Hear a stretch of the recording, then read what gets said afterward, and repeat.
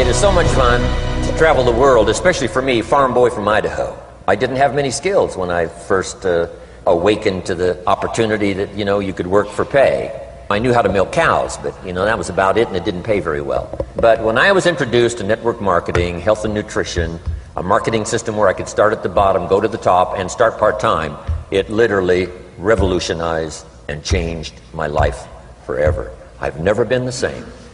And a big share of my story now is sharing with people around the world this extraordinary opportunity. And then along with it, the philosophy that makes it work. Because you can have every technique in the world and the best product in the world, and you can have the finest support system in the world, but unless you have the philosophy that drives you to do the necessary things to make it work, then nothing works. So I like to talk about all the things that made it work for me and see if that might not be valuable for someone else. So I want you to take some good notes. If you're ready to take notes, say, I'm ready. Ready. I like this crowd already. Treat me well, I might take you with me as my traveling audience. Now here's the next key on being prepared for the next century, and that is your personal philosophy. At age 25, the things that so dramatically changed my life was, number one, the discovery of a unique product that I could believe in. My mother taught nutrition, and she taught good health, so I was the beneficiary of that. It came from my grandmother, my grandfather, passed it on to my mother. She taught it, passed it on to me. My father never had a major illness, lived to be 93. My mother extended her life, according to the doctor, at least 20 years. She should have died at least 20 years earlier than she did, simply because she stretched out those years by the study of good nutrition. I was an only child, and Mama studied and, mixed up all that stuff back then. She'd say, hey, me and Papa and her, she said, drink this stuff. If it don't kill us, I think it'll help, and we're gagging down this stuff. And Mama taught all of that, but the payoff was so incredible. I passed it on to my two daughters. They've never been ill. They passed it on to their children, my grandchildren. They haven't been ill. I mean, the study of good nutrition, paying attention, and being involved in the industry you're in, it's one of the best. So, that's so important. Your personal philosophy, what you believe in, that's going to carry you into the next century. Let me give you now some of the early philosophies that changed my life forever. I heard one of them in my introduction. Some of these philosophies have lived with me now all of these years. I've passed them on, and people have come back around saying, Mr. Rohn, 10 years ago, 20 years ago, 30 years ago, 35 years ago, I sat in your class and sat in your seminar, and those early things that you taught, I've practiced it and I'm doing it. A man not long ago showed me notes he took 23 years ago. And then he had me sign those notes. He said, I've used these notes to develop my life, my personal life, and my business life. And when he took those notes, he said, I was 18 years old. So, it's incredible. I'm so thankful for all these years. But now I want to pass it along to you. Some of the philosophies that changed my life forever. Okay? If you're ready, say I'm ready. Ready. Here's the first one. Profits are better than wages. Once I understood that, I got rich. Profits are better than wages. Nobody taught me that in high school. I went to college for a year and a half, and I never heard it. I'm 25 and broke. I'm not destitute. I'm broke. Too much month at the end of the money is broke. And I finally hear this philosophy. Profits are better than wages. Now here's the phrase that goes with it. Wages make you a living, which is fine. Profits make you a fortune, which is super fine. And you can live both fine and super fine. You've now got the mechanism and the ways and means to do that. Profits are better than wages. Guess what? I taught this in Moscow when I was teaching capitalism. The communists had it all wrong. They taught that capitalism was, a big company that oppresses its workers. I mean, it was absolutely ridiculous. They had mentally lost it when they came up with this ridiculous philosophy. Communism taught capital belongs to the state, not the people. And we taught all these years what? Capital belongs in the hands of the people, not the state. That's why, of course, kids should pay taxes, because they can be capitalists, and all capitalists should pay taxes. And it doesn't take much to start an enterprise that makes a profit. I teach kids how to have two bicycles, one to ride and one to rent. I mean, how long does it take How long does it take to make a profit? I mean, a little ingenuity and you're on your way. So profits are better than wages. Capitalism better than communism. Communism said people are too dumb and stupid to know what to do with capital. So you must take capital away from all the dumb, stupid people and give it to the all-wise, all-knowing state. And let the state run everything. I mean, that was communism. And they devastated every country they touched. I've been to East Germany. It's taking $1 trillion just to clean up East Germany. They've already spent $500 billion. They got $500 billion more to go. I mean, every country they touched, and I've been in all of them, they devastated them all with their devastating philosophy. We teach capital belongs in the hands of the people. That's where the ingenuity is to bring goods and services to the marketplace. And I'm going to show you later the miracle of capitalism grassroots in America, which you're involved in. But once I understood this now, it was so incredible. Profits are better than wages. Now, when I first was recruited, I'm a distributor for this little product called Abunda Vita. And here's what my mentor said, Mr. Schoaf. He said, Mr. Owen, you can start this miracle working business part-time. You don't have to go full-time, you can start part-time. And he said, if you'll devote, to start with, let's say 10, 12, 15 hours a week, where you'll start making a profit, here's what you can now say. I'm working full-time on my job and part-time on my fortune. Because profits lead to fortune. I got so excited about that philosophy. I'm working full-time on my job, but now I'm working part-time on my fortune. I found a way not only to make a living, you won't believe this, I found a way to make a fortune. Can you imagine what that's like then to get up in the morning? To go to work on your fortune? Not to go to work to pay the rent, which is okay, but a chance to go to work to make a fortune? And I said, right now I'm working part-time on my fortune and full-time on my job, but it won't be long until I'll be working full-time on my fortune. Can you imagine what life is going to be like? Now, here was my first goal when I started, and that was part-time. I wanted to equal on my profits part-time what I was earning on my full-time job. This is called the magic of part-time. It is so thrilling for people to start working the business part-time, because now you can work on profits, and it doesn't take very long. If you'll really concentrate on those 10, 12, 15 hours a week, it won't be long if you really do it right and learn some of the skills I'm going to talk about. It won't be long until you can be earning as much part-time working on your fortune as you are full-time working on your job. I did that in less than 6 months. Now I've got an incredible invitation. I found a way part-time to work on my fortune, and I'm making as much money at that as I am on my full-time job. Would you like to hear my story? It was incredible. Now here was my second goal, to make twice as much money part-time working on my fortune as I was working full-time on my job. And I reached that in less than a year. Making twice as much money part-time working on my fortune as I was full-time working on my job. Now I've got an incredible invitation that won't quit. I found a way, through a unique opportunity, to work part-time on my fortune, and I'm now earning twice as much money as I am working full-time on my job. Would you like to hear my story? Do you imagine anybody would say, no, I don't care to hear your story? No. Everybody I said that to said, wow, yes, what are you doing? I said, I'm glad you asked. Let me tell you. Now, when I started making twice as much money part-time as full-time, here's my dilemma. I didn't want to go full-time. And why not go full-time? And the reason was because I didn't want to give up my electrifying story. Right?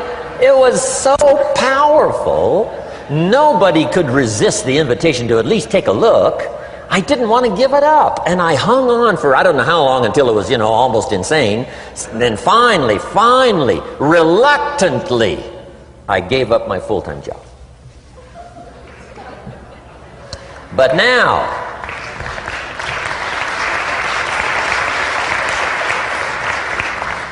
now, you can imagine the thrill and excitement of going to work full-time on my fortune. It was incredible. But I want you to jot down the magic of part-time. What does it take to really change a person's lifestyle? Not very much. An extra $1,000 a month, I'm telling you, will drastically change most American families' lifestyle. And that's why part-time is so valuable, because it very quickly changes a person's lifestyle. And here's what the change in lifestyle does. It's a great recruiting tool.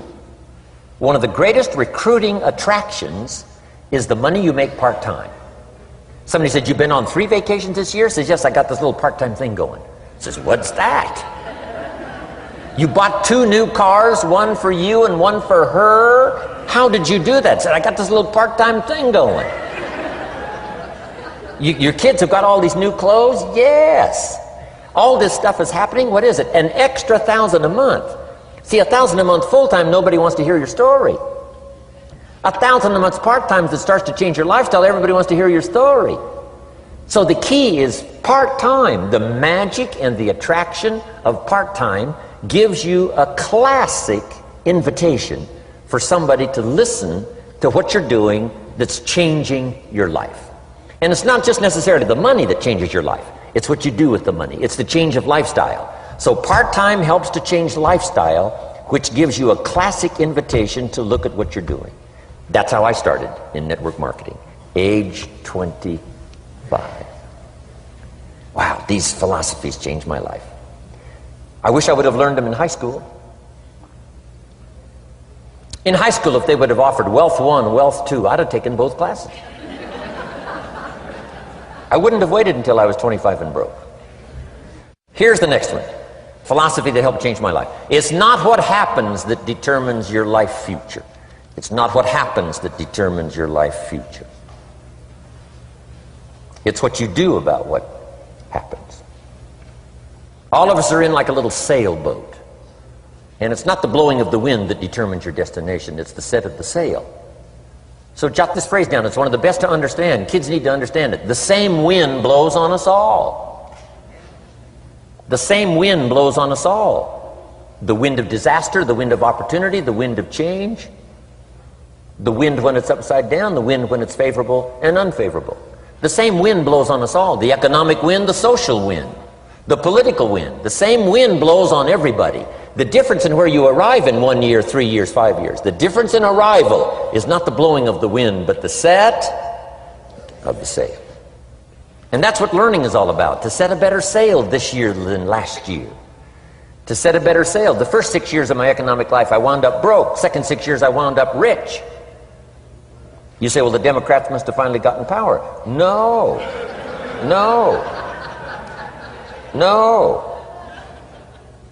It was not a political change. Here's what changed the second 6 years of my economic life. It was my philosophy that changed. The set of the sail of better thinking, correcting the errors of the past and picking up new disciplines for the future. That's all I had to do at the end of the first 6. Correct the errors of the past and then pick up some new disciplines for the future. And my total life changed. The second 6 years was totally different than the first 6 of my working life. And guess who can do that? Anybody. Now you can keep on the same path for the next couple of years as you have the past 2. But if you wish to, and maybe everything's okay for you and you don't need to, but if you need to make some changes, I'm telling you, you can start doing it today so that the next 2 years will be drastically different than the last 2. And anybody who wishes to do that can. And you can do it between ages 40 and 43. You can do it between ages 13 and 15. You can do it between ages 60 and 62. Any 2 years, any 5 years that you wish to drastically change from the previous 5, you can do it. If you wish to. Now this isn't written. This is not a law. Here's what it's called: opportunity. But if you don't know you can change, if you don't know you can drastically change your income, change your future, change your health, change your marriage, change everything, if you don't know that, Some people then go year after year after year after year not making much change simply because they didn't get to the class. They never read the book. They never went to the seminar. They never made the discovery. They didn't seek for the knowledge of how could I make my life better. And if you just rock along, I'm telling you it's okay. Anybody can live any way they choose, but I'm here to tell all of you that if you wish to, it's possible to make the next 3 years totally different than the last 3. And all you have to do is just a few things. So if you got that one now, it's not the blowing of the wind that determines your income. It's not the blowing of the wind that determines your fortune. It's the set of the sail. And that's why we gathered here today. Maybe I've got some ideas that'll help you with a couple of little things about setting the sail of your thinking that might drastically give you multiplied more benefit the next 3 years than you've gotten in the last 3. So it's not what happens. What happens happens to everybody. Chevron years ago brought me in to talk to management. They said, Mr. Rohn, you travel around the world and you're fairly knowledgeable. What do you think the next 10 years are going to be like? I said, gentlemen, I can tell you I do know the right people. So they all leaned forward and listened carefully. And I said, gentlemen, the next 10 years are going to be about like the last 10.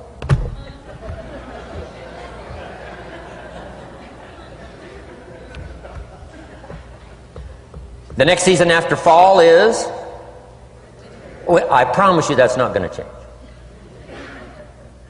After day comes night. I promise you that's not going to change. Here's how the last 6,000 years reads. If you want to make a note of Jim Rohn's vision of history the last 6,000 years, here's how it reads. Opportunity mixed with difficulty. And if we're around another 6,000 years, it's going to read like that looks like for the next 6,000 years. Opportunity mixed with difficulty. Now, sometimes there seems to be more opportunity than difficulty, and then sometimes there seems to be more difficulty than opportunity, but the mix isn't going to change. After expansion comes recession. But after recession comes expansion. Not to think so, see, is naive. And once you've got just a little of this stuff settled, then you know exactly what to do. You know exactly what to anticipate, so you can be ready. Now, here's the next one, and I heard it in my invitation. Here's what it says. For things to change, you have to change. I was hoping the government would change, and taxes would change, and economics would change, and my boss would change and be more generous. I wished for everything to change, and my teacher said, no, Mr. Rohn, for things to change for you, you have to change. Don't wish it was easier, wish you were better. Once I understood this, this altered the course of my life. Don't wish it was easier. Wish you were better. And here's the big one. Don't wish for less problems, wish for more skills. You don't need less problems. You simply need more skills. Don't wish for less challenge, wish for more wisdom. Accept the challenge, because you can't grow without a challenge. You can't get rich without a challenge. You can't fly without gravity. You have to understand the challenge. But that's the key, is to now develop wisdom to overcome the challenge. Don't wish for less challenge, but more wisdom. And then here's one more philosophy that helped change my life forever. You can do the most remarkable things no matter what happens. Humans can do the most remarkable things no matter what happens. Philosophies that changed my life. Here's one of the big philosophies I learned in network marketing. It's called the law of averages. If you do something often enough, a ratio... Here's one of the big philosophies I learned in network marketing. It's called the law of averages. If you do something often enough, a ratio will appear. Key phrase, if you do something often enough, a ratio will appear. It's amazing. It's uncanny. In baseball, we call it batting average. If you talk to 10 people, one says yes. Now the ratio has begun. 1 out of 10. Talk to 10, get 1. Here's something interesting about the law of averages. Once it starts, it tends to continue. This is colossal information. Once a ratio starts, it tends to continue. If you talk to 10 and get 1, sure enough, chances are excellent. If you talk to 10 more, you'll get another one. Talk to 10 more, you'll get another one. Now you can compete. If you can only get 1 out of 10, you can compete, even with somebody that can get 9 out of 10. If you've been here a long time, you can get 9 out of 10. I just joined, I can only get 1 out of 10. If we have a 30-day contest, I will beat you. Say, well, how could you beat me? Here's why. During that 30 days, you talk to 10 and get 9. I talk to 100 and get 10. I beat you.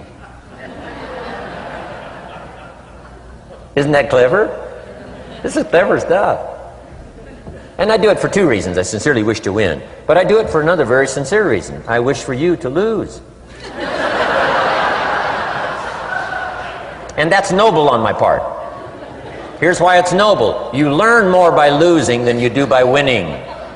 So I wish to give you that experience. Now here's how I do it once I understand the law of averages. When I'm new, I make up in numbers what I lack in skill. I make up in numbers what I lack in skill. Now who can do that? Anybody that's ambitious. Anybody with a little ingenuity. Anybody. Doesn't matter. Now here's one more.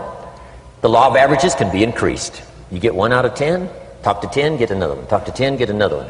The 4th time you talk to 10, you get 2. Why would the 4th time you talk to 10, you get 2 instead of 1? You're getting better. You're getting better. And who can get better? Anybody. Talk to 10, get 2. Talk to 10, get 2. Finally, talk to 10, get 3. I finally got up to about 3. Now, it takes more than a genius to go past like 3 or 4. But 3 will do. If you bat 300 in baseball, they pay you $4 million a year. Which means you're out 7 times out of 10. 7 times out of 10, out. Make $4 million a year. Are you ready for that? So, this works so well now in your business. Just jot the phrase down. You don't have to bat 1,000. You don't have to bat 1,000 to make big money.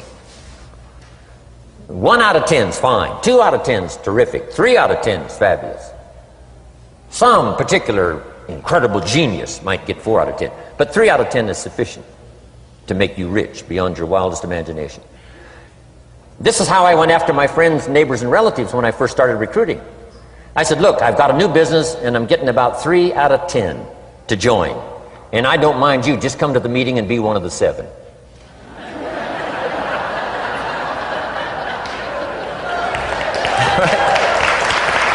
Doesn't matter. You're my friend, you'll do me a favor. And so it's not important to me that you like it. It's not important to me that you join. It's certainly not important to me that you buy. It's just important to me that you listen. One of the reasons, though, I want you to hear the story is because a year from now, if I'm doing well, I don't want you to say, how come you never picked up the phone a year ago? I never got a letter, never got a call. You call me a friend? You're making all this money, you never picked up the phone. So I don't want that to happen. So for 2 reasons, I want you to see what I'm doing. So the year from now, if I'm doing well, I can say, you know, I gave you the opportunity. But also, just as a favor, come and be one of the 7. It doesn't matter to me if you buy or join. But I need 10 to get 3. And if you're one of the 3, wonderful. If you're not, wonderful. It doesn't. It might matter to you. It might matter to you, but it doesn't matter to me. Now, it matters to me because we're friends, but it doesn't matter in terms of my averages. So if you decide to get rich, just learn the law of averages. You're off and running. Now, here's the second law that changed my life forever in network marketing. I learned the law of sowing and reaping.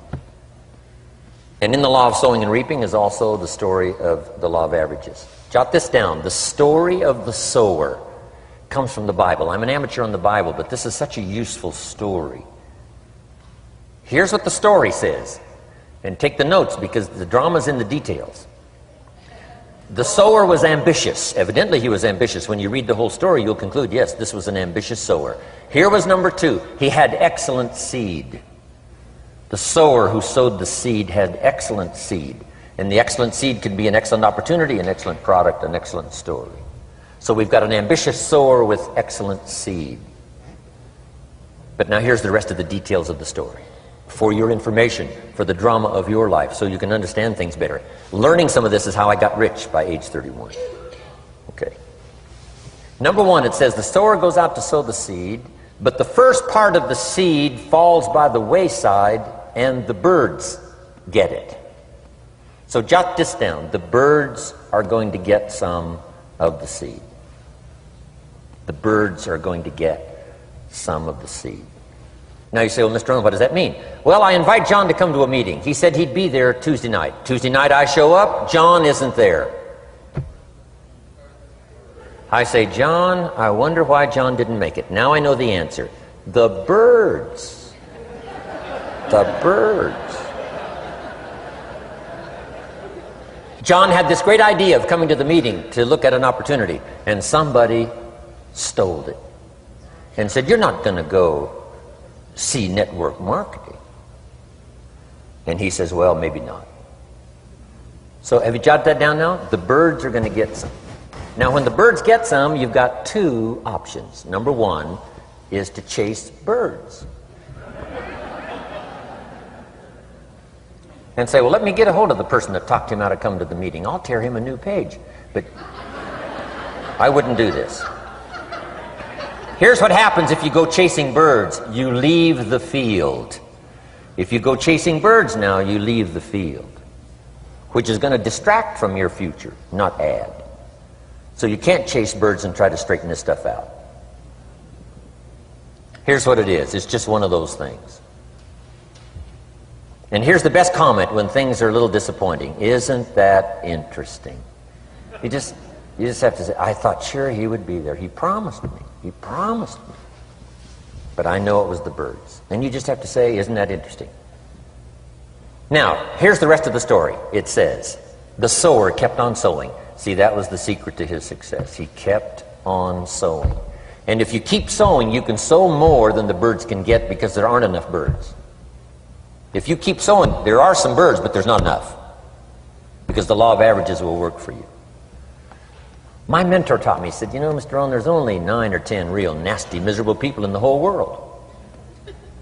Now he says they move around a lot, you know, and you're liable to... You'll bump into one once in a while. But when you bump into one, you say, there's only 9 more like you. I can handle that in the whole world. Okay. Now here's what else it says. The sower now keeps sowing the seed. Now the seed falls, the story says, on rocky ground where the soil is shallow. And the rocky ground where the soil is shallow is not of your making. Because you had excellent seed and you were an ambitious sower. So the rocky ground where the soil is shallow is not of your making. But here's what it says what happened. This time, the little seed that falls in the ground starts to grow. And the little plant starts to grow. But the first hot day, it withers and dies. It dies. Not an easy thing to watch. I finally get John started. Sure enough, 3 or 4 days later, somebody says, boo! And he goes...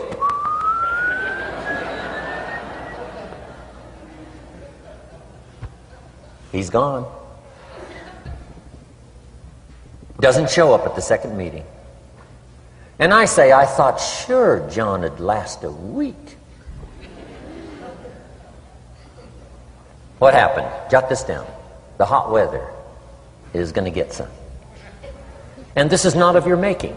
Here's what you must say when that happens. Isn't that interesting? Wow. What can you do? The answer is nothing. You say, well, I'm going to try to change this. I wouldn't take that class. You know, the sun comes up in the east. Somebody says, why is that? I wouldn't spend much time on that. Just let that happen. Don't go for this why stuff. I'm giving you the answers here. The answers is in the structure and the consequences and in the deal. The answer is in the deal. Anything beyond that is not worth study. You say, well, how come some just last a little while? I wouldn't sign up for that class. Here's the answer. Some don't stay. You just have to jot that down. And when some leaves, you say, that's one of those that don't stay. Now you know what category to put them in. And you can't solve this now. You can't. It's like rearranging the seasons. You can't fool with that. All you can do is cooperate with the way things are set up. I didn't set it up. You say, well, it shouldn't be this way. Well, when you get your own planet, you can rearrange this whole deal. But on this planet, you're a guest. You got to take it as it comes.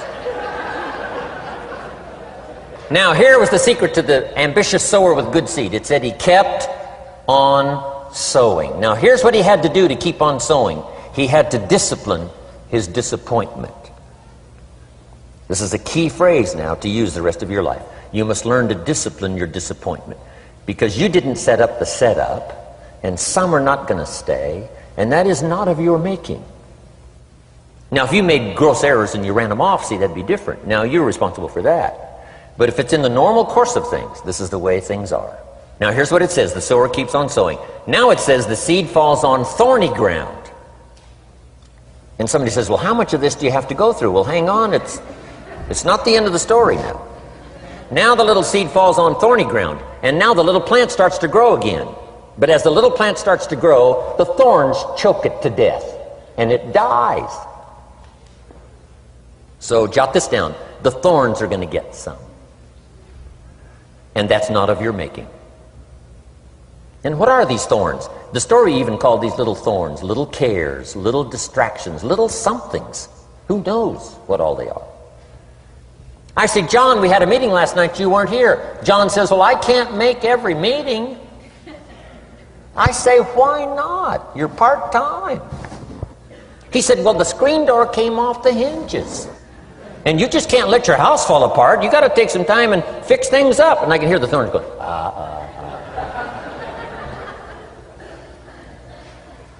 He says some extra trash had piled up in the garage. You can't let mountains of trash take over. You got to keep your trash hauled out. People who let little things cheat them out of big opportunities. People who let little things cheat them out of big opportunities. And you feel almost helpless. What could I do about that? And that's nothing. And you say, well, why is this? I'm asking you not to sign up for that class. Don't sign up for these why is this class. It's just the way it is. Like winter following fall and spring following winter. So if you got that, the thorns are going to get some. But now here's the good news. Let's read the rest of the story now quickly. The sower now what? Keeps on sowing the seed, keeps on sharing the story, keeps on giving an invitation. Yes, the invitation can be more powerful for me as it was 1 year later than it was the first month. Because now I'm saying I'm making twice as much money part-time as I'm making on my full-time job. Yes, the story can be more powerful, but the law of average is still going to work. But now here's what the story said. Finally, the seed falls on good ground. Finally, the seed falls on good ground. Now, put this in parentheses. It always will, if you keep sowing. If you share a good idea long enough, it will fall on good people. But now here's the rest of that story. Some of the good ground did 30%. And some of the good ground did 60%.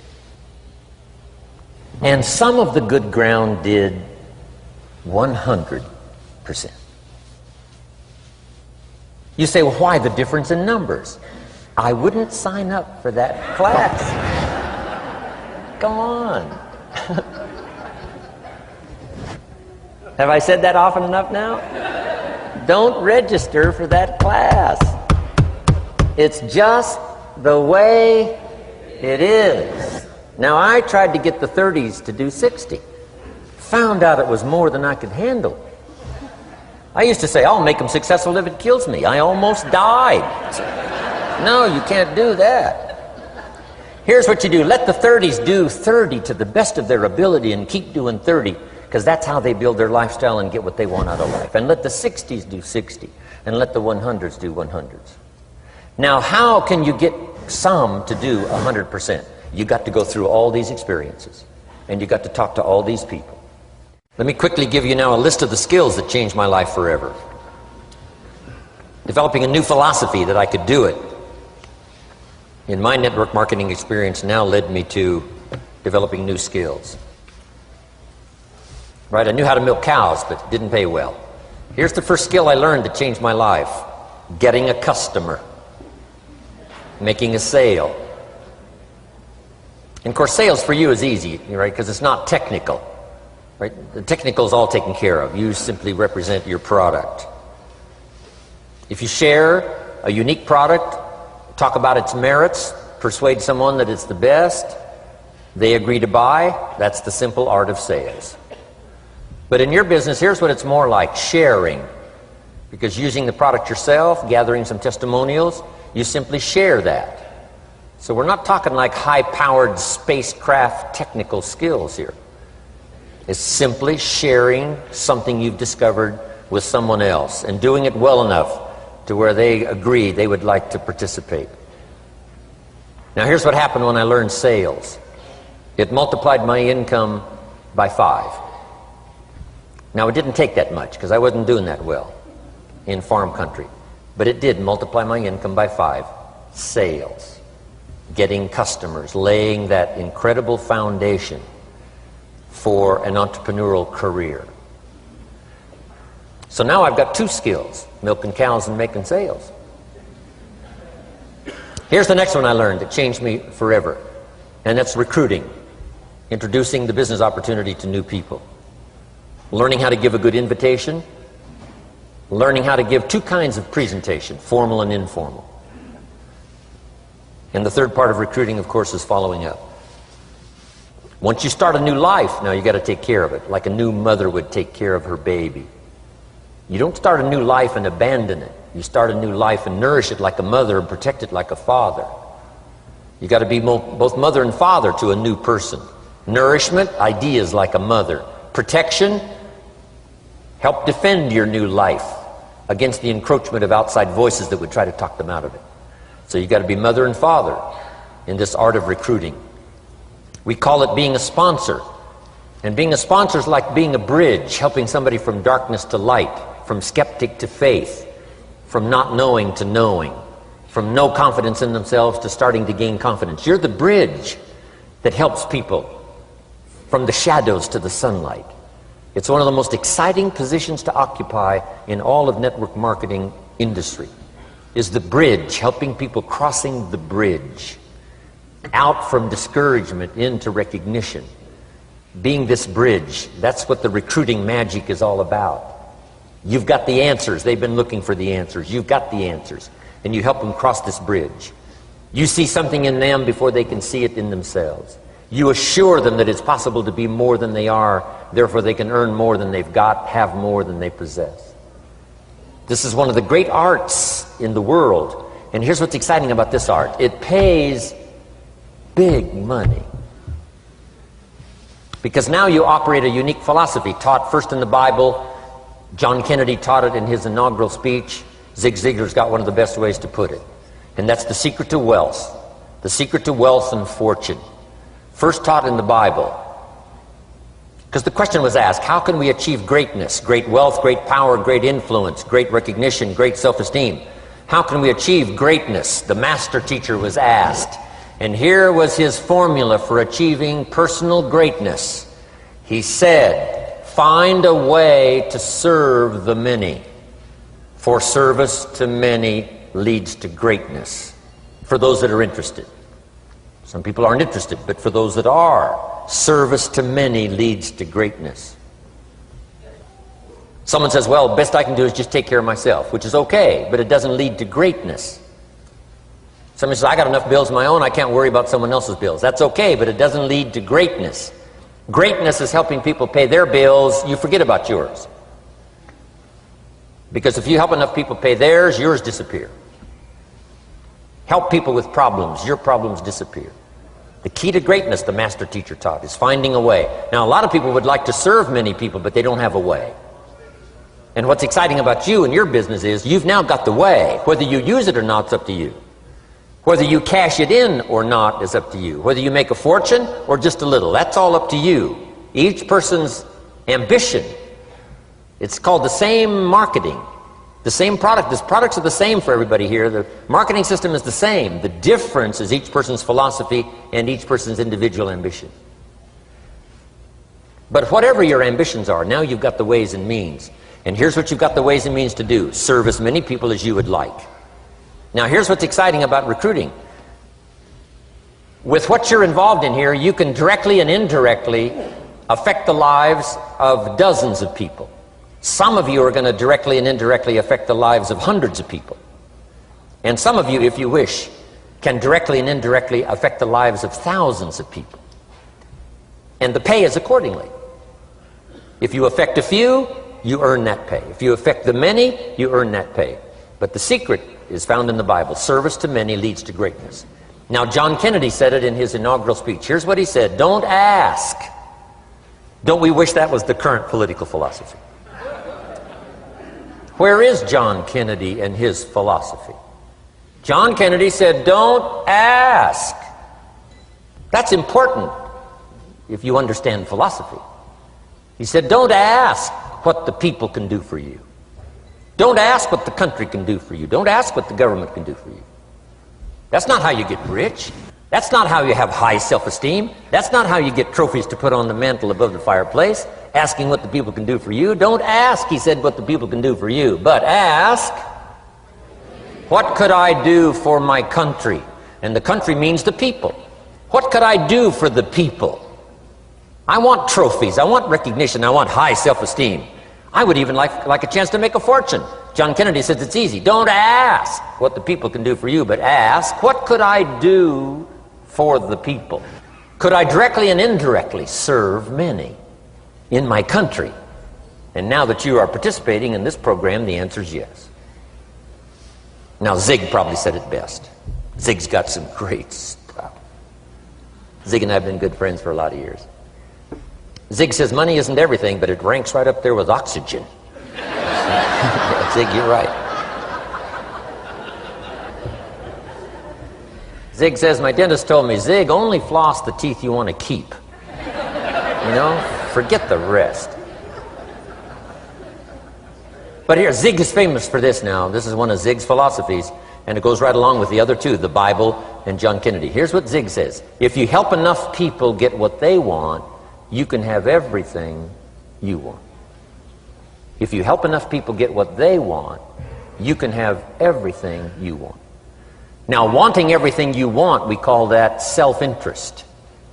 But it's okay to have self-interest if you do it in a positive way. By helping enough people get what they want, you can have everything you want. Now, you can accomplish all that by learning this next skill called recruiting. And I learned it, and it made me fortunes. So now I've got 3 skills: milking cows, making sales, and recruiting. Here's the next skill I learned that paid big money: organizing. Once you got a few, get them to work together, see, and that's magic. Getting people to work together is magic. Now, yes, it's challenging, like having several members of your family. Getting them to work together is challenging, but it's magic. Getting husband and wife to work together is challenging, but it's magic when it happens.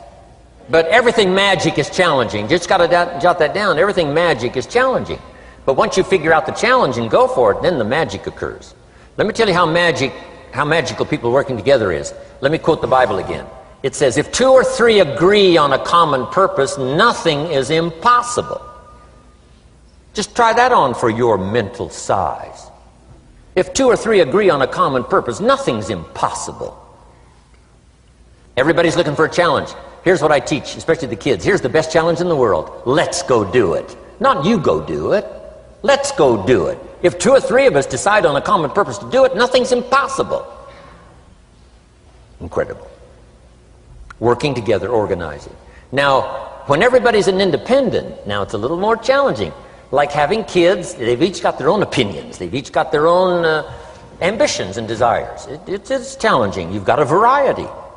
But that's what makes life, the variety. And it is, in your business, it is challenging, getting people to work together. It's like herding cats. You know, sheep are easy, but you got to try cats, herding cats. But if you can possibly get it done, the power is so immense when you get people to work together. Here's one of the powers of working together: shared testimonials. If I've got somebody new and you're there and I'm there, I give them my testimonial, you give your testimonial. Maybe what tips the scales in getting me a new person is not my testimonial, but my partner's testimonial. Somebody I'm working with, their testimonial got them.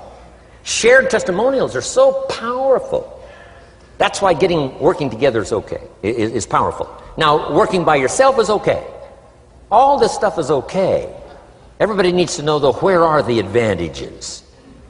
And these are some of the advantages. I learned to organize, paid big money. Here's what I next learned to do. Promote. Promotion now pays staggering money. Now, the company comes up with what we call major promotions.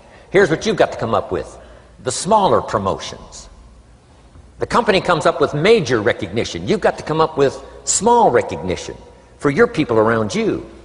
The top 5. The company's got top 5. You've got your own top 5 in maybe 2 or 3 categories. Top 5, top 5, top 5. And those little recognitions, to reach certain levels in the company, you have to take major steps. But for you, recognition, let them take small steps. Here's one of the secrets of your kind of business. Rewarding people for small steps of progress. Rewarding people. Sometimes it's just recognition, handshake, pat on the back. Mary, you're doing a fabulous job. And you figure out what those recognitions are. Small steps of progress. Guess what promotion pays, if you learn it well? Big money. Getting people to do something they wouldn't ordinarily do by themselves. People will do some unique things by themselves, but if you can figure out a way to say, Mary, if you do this and this, she says, well, I'll go for it. Now, she wouldn't have thought of that on her own. Here's what works magic. It's better than money. Money's a bit unimportant. Here's what's important. Ingenuity. The best place to wake up your ingenuity is what you're doing right now. Representing a unique product and getting customers, recruiting distributors, and promoting and all this stuff. Ingenuity. Figuring out a way. If it doesn't work this way, we'll work another way. I used my ingenuity, made a fortune. My ingenuity worked on doing all these campaigns, the spring campaign and the summer campaign and the winter campaign. This week we're going to recruit school teachers. How many of you got? How many of you got? This is school teacher week. School teacher month. I'd pick out a little category and say, let's go for it. And it doesn't matter what it is, just dream up something so that somebody's got a little more objective to go for than just their own. Key phrase, we all need to belong to something bigger than ourselves. Because we furnish inspiration for what's bigger, and the bigger furnishes inspiration for us. I learned promotion and it paid big money. Here's next I learned, communication. How to conduct a meeting. I learned identification, logic and reason, attack and confess, solution. Simple deals on communication. Wasn't easy for me at first. I stood up to give my first presentation, my mind sat back down. Right? Y'all been through that? Opened my mouth, nothing came out for a while. But here's what I did. I did it again. Just jot that phrase down. I did it again. That's the secret to how I got here. 35, 40 years later, it's how I got here. I did it once, it was uncomfortable. That first presentation was so lousy, if I hadn't have been doing it, I'd have gone home. It was not that good. But here's the secret to how I got here. I did it again, and then I did it again, and then I did it again, and I did it again. I remember when I first decided to be a little more animated, right? And walk out away from the podium, right? Get out from just behind the podium. So I got out there, and then I thought, how do you get back? Whoa, I'm stranded out here. Remember those times? Doing something for the first time? But you learn quickly in your business, right? In your business, the guy stands up to give his first testimonial, and he's so nervous he forgets his own name, right? And 30 days later, he wants to give a 3-hour testimonial, right? You hardly get him off the stage. So, learn communication. How to affect other people with words. That's the greatest art in the world to learn. How to affect other people with words. Key phrase, don't be lazy in language. If you learn to use the gift of your own language wisely, it can make you a fortune and build an incredible life. Here's 3 other things I learned. One is to train. Training people how the business works. And then I've used another word called teach. Train and teach. And only to say this, training people how the business works, teaching is how life works. Because here's what all of us need for the 21st century. Business skills and life skills. The life skills are leadership skills. The life skills are learning how to set goals. Now here's the ultimate skill to learn that can transform your life and the life of whoever will listen. The ability to inspire. Inspire means help people to look up a little higher than where they are and wish they could get there, and inspire them that it's possible. Here's how we inspire, by our own testimonial. If I can do it, you can do it. Here's how else we inspire, by others' testimonial. If they can do it, Mary, you can do it. Getting people to see themselves better than they are. Getting people to see themselves richer than they are. Getting people to see themselves more capable next year than they are this year. Getting to see themselves in the future. To help both your kids and your people. Here's what you must learn to do. Number one, help people to see themselves as they are. If people have made mistakes, they got to know it. You can't go on making mistakes and hope to achieve. Mistakes have to be corrected. And you've got to do it with your children. Help them to see themselves as they are. If they've messed up, here's what you've got to say. You've messed up. But here's what's important as a parent. Don't leave them in the mess. Some parents, tell their kids they've messed up and then they leave them in the mess. They don't paint a better picture. Here's what you could become with just a couple of more changes. Rather than this, here's what you could be. So we must help our children see themselves as they are, but here's the greatest gift. To help our children see themselves better than they are. To transport them not only past to see their mistakes, but transport them to the future to see their opportunity. To see the person they can become. My mentor had that greatest gift to help me to see myself better than I was. At first it was difficult to see, then I started to believe, and that's how I got here today. He said, one of these days, Mr. Owen, you'll walk into a room full of people, and you will hear some of them say, that's him, that's the famous man. I said, well, that could never happen to me. He said, trust me. If you keep working hard on the disciplines like you're doing right now, that'll happen. You'll walk into a room full of people and you'll hear one say, that's him, that's the famous man. He saw it and he tried to get me to see it. And now finally it's happened. I think when I walked in here today, I think I heard someone say, that's him, that's the famous man. It happened for me.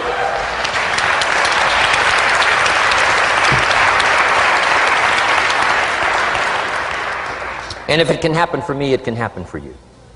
Just master these skills to inspire. Here's what else I learned, the skills of building an organization. Learn to work with the people who deserve it, not the people who need it. You must be like life itself, respond to deserve, not to need. It doesn't say if you need, you will have a harvest. It doesn't say if you need a harvest, you'll have a harvest. It's not what it says. It says if you plant, chances are good you'll have a harvest. If you plant, you will reap. Not if you need, you will reap. So we must be like life itself. Respond to the people who deserve it by planting, by taking the first step. Even God himself says, if you move toward me, I'll move toward you. That's the condition. You move toward me, I'll move toward you, says the Almighty. Now he could also say, you don't move, I don't move. You say, well, that's arbitrary. Well, when you're God, you can set it up that way. Now, learn to work with the people who deserve it, not the people who need it. Now, here's what's the next step. Teach people how to deserve your time. Teach people how to deserve your attention. Teach people how to deserve a phone call. Say, Mary, you just take this one step and I take 2 steps. You take 2 steps, I take 5 steps. You don't step, I don't step. But this isn't hard now. You step, I step. You respond, I respond. You try, I try. You make a call, I back you up. Right? Learn to teach people how to deserve your time and your attention. Next, I learned to work by group more than individual. Here's why. 80% of the people do 20% of the business. So 20% of the people you can work with individual. 80% you have to work with by group. But group is very powerful, less confrontational. Then here's what's important for all of you to learn as a sponsor, helping other people. You can help 1,000, but you can't carry 3 on your back. You can help 1,000, but you can't carry 3 on your back. And I'm sure all of you have already gotten that experience, even though you've been here a short time. Some people will try to get on your back. That's where we got that expression, get off. That's where we got that. A guy discovered somebody on his back and said, what? I can't carry you, get. Now, if you're like some I see here, 6'4" and you weigh 300 pounds, you might carry one, and if you were really big enough, Kareem Abdul-Jabbar or something, you might carry two, but you can't carry three. When babies are born, they were not designed just to be carried. Babies were not born to be carried all their life. Someday you got to try your legs. Someday you got to try your wings. Someday you got to try. Even if you fall down, you got to try, because you can't just crawl around all your life. You can't be carried all your life. So as quickly as possible, you can help 1,000, but you can't carry 3. Next, don't expect the pear tree to bear apples. I used to try to change everything. You can hang apples on a pear tree. I'm telling you, it won't help. You can put up a sign, this is an apple tree. Sure enough, come the season, pears. Here's what I learned. You cannot change people, but they can change themselves. You cannot change people, but they can change themselves. Incredible. Capital in your business isn't what matters. Okay, it's not the money that buys you a future. It's your skills that buy you a future. Money and no skills, and I'm telling you, you're still poor. Money and no ambition, where are you? Money and no courage, you're broke. A little bit of money and a whole lot of courage. That's all we need. I'm looking for people when I'm recruiting back in those days, and the money didn't matter.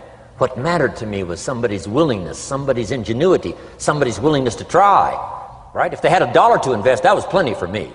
$1 and some ambition, and I can show you how to get rich, and it'll be one of the classic stories of the company. I go to recruit somebody, they say, I don't have any money. See, I've been looking for you for 6 months. Let me show you how to do it without any money. Because here's the rules of capitalism. Jot this down. You can either buy and sell, or if you're in certain circumstances, you can sell and buy. If you've got ambition. Now, if you haven't got ambition, we can't cure that, and money won't cure lack of ambition. But if you've got $1 and some ambition, I'll show you how to get rich. And even if you don't have $1, I'll show you how to get rich, because you can sell and buy. Somebody says, as soon as the product arrives, I'll sell it. Then you don't understand. You don't understand the magic of fortune if you say, I have to wait till it gets here to sell it. And you probably don't understand the value of your own story. Once I understood that, I knew I was going to be wealthy. That's why right in the beginning I started giving big tips. I knew I was going to be wealthy. Say, wow, this guy tips like a rich man. Say, that's right, he tips like a rich man. Even in the beginning, I tipped like a rich man, because I knew I was going to be rich. Wow. Isn't this fun? Yes. So jot these phrases down as I close. Number 1, the greatest value in life is not a bank account. The greatest value in life is not a car, a home to live in. The greatest value in life is this. Make a note. Living a good life. In the midst of all of our achieving and recruiting and building and growing, helping other people, being a part of society and the country and the world, being all of this stuff, here's what you must figure out all of your life: how to continually live a good life. So let me give you my short list. I'll cover the long list the next time I see you. Here's the short list on a good life. Number 1, productivity. If you don't produce, you won't be happy. Here's number 2, good friends. The greatest support system in the world is good friends. You got to work on that. Don't be careless here. Friends are those wonderful people who know all about you and still like you. Here's next, spirituality. I'm not asking you to be a believer. I am a believer that humans are more than an advanced form of the animal kingdom. I'm a believer that we're a special creation. I don't ask you to be a believer, but here's what I do ask. If you are a believer, here's what you must do. Study, practice, and teach. Whatever's valuable to you, study, practice, and teach. Repeat it after me now, again. Study, practice, and teach. Here's why. It builds the foundation that builds the country, that builds the nation, that helps us to compete among the nations of the world in the 21st century. And this is one of those subjects: to study, practice and teach. Next, my parents taught, don't miss anything. Don't miss the game. Don't miss the performance. Don't miss the show, the movie.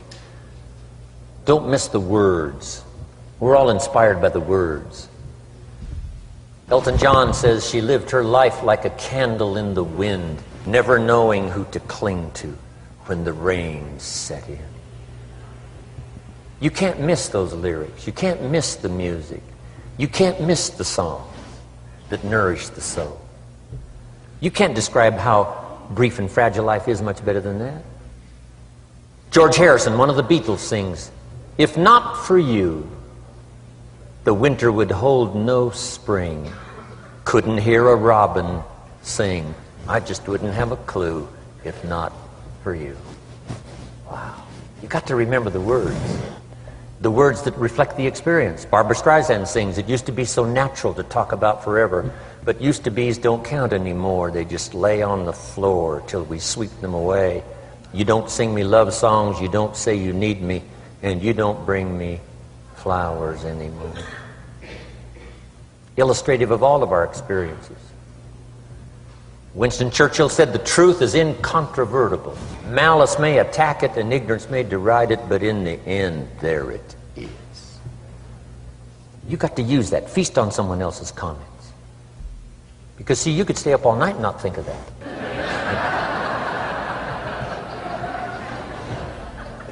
I'm asking you to do your research. I'm asking you, don't miss anything. Don't miss the play. When my father was 93, just before he died, if you would have called him at 10:30, 11 o'clock at night, he wouldn't be home. He's at the rodeo. And he's watching the kids play softball. He's at church. He's watching the concert somewhere. Every night. My parents taught me that. Don't miss anything. Even the little small things, don't miss. The big things, don't miss. Don't miss, don't miss. It's part of living a good life. Here's why. Jot this phrase down. It'll serve you well forever. If you live well, you will earn well. If you live well, it'll show up in the texture of your voice. If you live well, it'll show up in your face. If you live well, it'll show up in the magnetism of your personality. If you live well. So don't miss the nourishment of all the things around you that could help you live a good life. Next is the inner circle. Take care of them, they'll take care of you. Inspire them, they will inspire you. Nothing more valuable than the inner circle. That's where the power to conquer the world comes from, the inner circle. If a father walks out of the house and he can still all day long feel his daughter's kiss on his face, he's a powerful man. That nourishment of the inner circle is so incredible. If a husband walks out of the house and all day long he feels the imprint of his wife's arms around his body, he's invincible. Who can touch him? One person caring for another, the old prophet said, is the greatest of virtues. There's many virtues and values, but the greatest is love, one person caring for another. Better to live in a tent on the beach with someone you love than to live in a mansion by yourself. People caring for people. And especially that inner circle where the power is so magnificent that if you draw from it, if you nourish it, and then it nourishes you. Now here's my last comment. Ask for God's help. We could all use a little help. But my whole seminar was what you can do. A man took a rock pile, turned it into a fabulous garden. Somebody came and saw it and said, "You know, you and the good Lord have this fabulous garden here." The gardener said, "I understand your point, but you should have seen it a few years ago when God had it all by himself." So we do play a part. So make this the last note now. We have a chance as human beings to participate in the miracle process. We have a chance as human beings to participate in the miracle process. And you can go do that every day as often as you wish. Changing somebody's life. Rescuing somebody from oblivion. Building an organization second to none so that your name will appear in many people's testimonial. And that's why I came today. So that by chance, I don't need the money. That's not why I'm here. I take the money, but I don't need the money. But here's why I'm here. By chance, perhaps, if I've come along at the right time, I don't know what time this is for you, but if I've come along at the right time, just maybe, a week from now, a month from now, a year from now, 5 years from now, you might say, Jim Rohn came by and gave us a little piece of information. That started me down the road. Here's what's happened to me. And my name might appear in your testimonial. Now here's the drama as we finish. How many of you have my name in your notes? Here's the part of the drama then. I go with you. When we all leave here and the lights are out and the place is dark, I go with you because you've taken my notes and hopefully some of the spirit, some of the stuff I had besides just the notes. So I go with all of you. But here's the big drama. All of you go with me. See, that's so unbelievable. So as I leave here, I promise not to leave you behind. I will take you with me in my thoughts and in my heart. God bless.